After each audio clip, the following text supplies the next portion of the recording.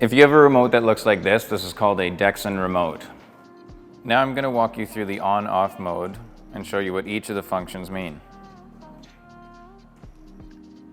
All functions can be accessed when the remote control is in the on mode by pressing the power button.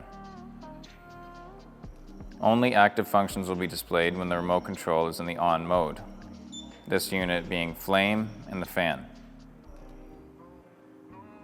Only active functions will be displayed when the remote control is in the on mode. For example, if the fan is the only function that's active, that'll be the only icon showing. Only the following functions can be accessed in the off mode. That'll be your ember lights, top lights, and the constant pilot.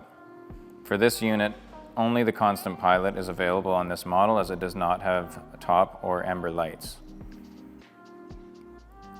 Please note that the ember lights and top lights are unit dependent.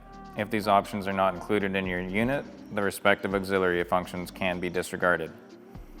Only active functions will be displayed when the remote control is in the off mode. This remote control is off, and the continuous pilot is the only function available.